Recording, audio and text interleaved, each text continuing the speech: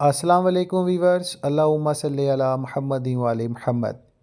आज हम CPC order 37 के दायरा अख्तियार को स्टडी करेंगे अबाउट चेक। जी हाँ, बैंक चेक के हवाले से जो bank cheque jurisdiction of order 37 CPC है, जिसमें फ़ोटो अकाउंट चेक की नामंजूरी के हवाले से most important very very important जो है ना, जिसे कहते हैं VIP, वो जजमेंट शेयर की जाएंगी।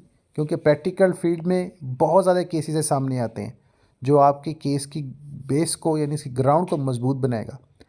हाई कोर्ट के हालिया फैसले की रोशनी में और स्टेट बैंक सर्कल 10 2003 और फ़ोटो अकाउंट चेक की नामंजूरी का कानून जो असर नाकाबिल वसूल फ़ोटो अकाउंट चेक ऑर्डर जनाब CPC 37 के दायरा अख्तियार की हदूद, चेक की नामंजूरी और फ़ोटो अकाउंट के तकाजे एक कानूनी नज़रिया का तजिया है।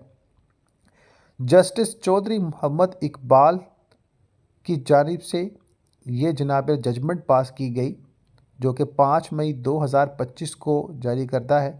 जजमेंट नंबर है 2025 LHC 3273।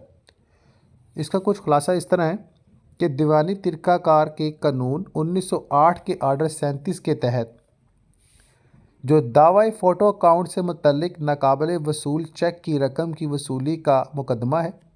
State bank of Pakistan circle number 10 मोरखा जनाब आला 29 मार्च 2003 की शिक नंबर 1.5 यानी 1.5 अगर फ़ोटो अकाउंट होल्डर को शामिल किए बगैर यकतरफ़ा तौर पर फ़ोटो अकाउंट चेक को बैंक में पेश किया जाए और वह चेक कैश ना हो, तो ऐसी सूरत में चेक नामंजूर होना मुतबर नहीं समझा जाता और इसकी बुनियाद पर ऑर्डर 37 के तहत मुकदमा दायर करने का कोई कानूनी जवाज़ पैदा नहीं होता।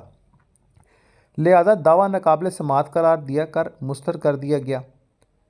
ठीक है। और नेक्स्ट पॉइंट 2 में देखें कि हाई कोर्ट के फैसले का कानूनी तजिया मुतल्लक कवानीन और स्टेट बैंक ऑफ पाकिस्तान के सर्कल की रोशनी में, जो कि CPC ऑर्डर 37 1908 के रूल जो है, जो प्रोसीजर रूल्स के हवाले से, इसमें जनाब डिस्कस किया गया कि ऑर्डर 37 एक खसूसी कानूनी तरीक़ाकार है जिसके तहत बग़ैर किसी तवील अदालती कार्रवाई के मखसूस माली नौइयत के दावे जल्द निपटाने जा सकते हैं। ये दावे सिर्फ मखसूस दस्तावेज़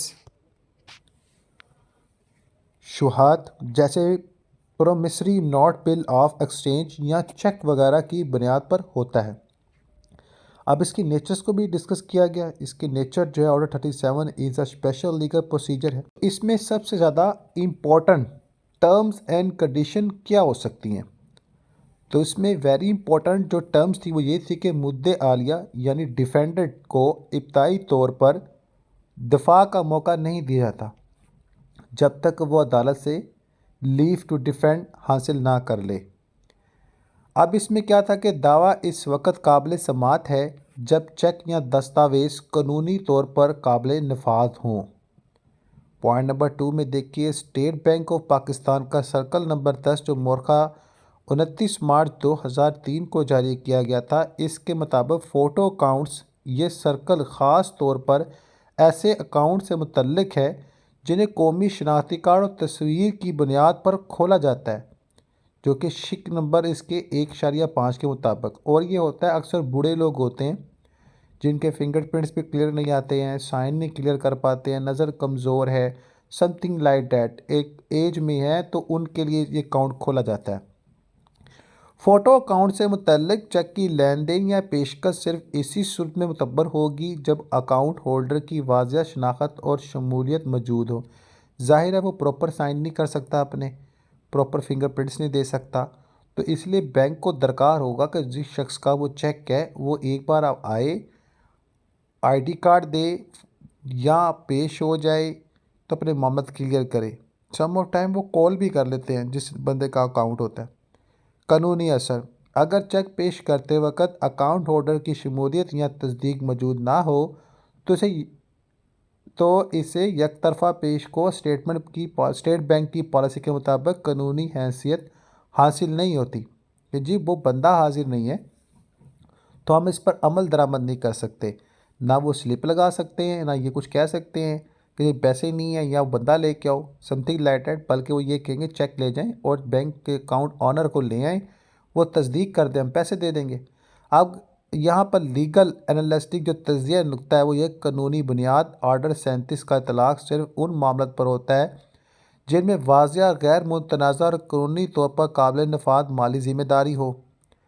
ٹھیک ہے، اب مسکرہ مقدمے میں مدعی نے فوٹو اکاؤنٹ کا چیک عدالت میں بنیاد بنا کر دعویٰ دائر کیا، مگر اکاؤنٹ ہولڈر کو نہ شامل کیا گیا اور نہ ہی اس کی تصدیق موجود تھی۔ چونکہ اسٹیٹ بینک کے سرکل کے تحت اس طریقہ کار کا چیک قانونی حیثیت نہیں رکھتا، اس لیے چیک کا نامنظور ہونا بذات خود کوئی کاز آف ایکشن پیدا نہیں کرتا۔ عدالت کا موقف۔ عدالت نے درست طور پر اس بات کو تسلیم کیا کہ جب چیک قانون کے مطابق پیش ہی نہیں ہوا تو اس کا انکار ڈس آنر یعنی قانونی حیثیت نہیں رکھتا، لہذا دعویٰ ناقابل سماعت ہے۔ اب اس میں بینیفیشری پوائنٹ کیا ہے؟ جس کو چیک دیا ہے وہ اس بندے کو لے اور بینک چلا جائے، چیک کیش کرا لے، دیٹس آل۔ اس کے علاوہ اور کیا ہو سکتا ہے؟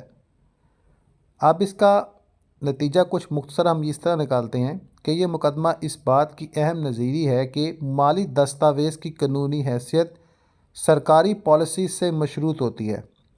محض چیک کے انکار کو بنیاد بنا کر آرڈر 37 کے تحت دعوی دار نہیں کیا جا سکتا جب تک وہ تمام قانونی تقاضے پورے نہ کیے گئے ہوں۔ سرکل کی خلاف ورزی دعوے کو ابتدائی بنیاد پر ناقابل سماعت بنا سکتی ہے۔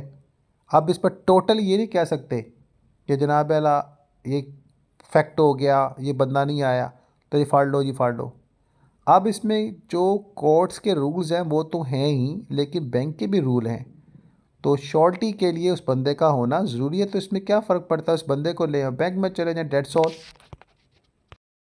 السلام علیکم، اللہم صلی علی محمد وعلی محمد۔ جیسا کہ آپ سبھی کے ساتھ ابھی ایک لیٹسٹ میں نے اپڈیٹ شیئر کی جو کہ بینک اکاؤنٹس کے حوالے سے ہے۔ اکثر لوگ جو ہیں وہ چیک دے دیتے ہیں فوٹو والا، تو بہت سارے لوگ پریشان ہو جاتے ہیں کہ فوٹو چیک ہے، یہ چلے گا یا نہیں چلے گا۔ تو فوٹو چیک ریجیکٹ نہیں ہوتا، ٹھیک ہے، فوٹو چیک آپ کا رہتا ہے، اور اس بیس پر آپ جو ہیں جو جس سے آپ نے چیک ریسیو کیا ہے آپ اسے ریکویسٹ کریں گے کہ آپ ہمارے ساتھ چلیں یا بینک جا کے بینک کال کروا لیں۔ اگر وہ بندہ بینک آنے سے انکاری ہو جائے یا کوئی ایسی پرابلم بتائے جس سے یہ ثابت ہو کہ اس کی انٹینشن یعنی اس کی نیت ریٹرننگ کی نہیں ہے، اس پروسیس کو عمل میں لانے کی نہیں ہے، ٹھیک ہے، تو پھر آپ اس پر بات کر سکتے ہیں۔ اور اس پر بھی پھر آپ کو جو ہے ایک بینک کی جانب سے ایک اسپیشل ریفرنس کے طور پر اس چیز کو آگے لے کے بڑھنا ہوگا، اور اس پر بھی جو ہے وہ ایک ہے کہ لچک ہوتی ہے۔ سو یہ بڑا اچھا ایک سسٹمیٹکلی انہوں نے جو ہے شک نکالی تھی کہ جو بڑے بزرگ لوگ ہیں ان کے لیے سہولت تھی تاکہ ان کے لین دین میں کسی طرح کی بھی ریزسٹنس نہ آئے۔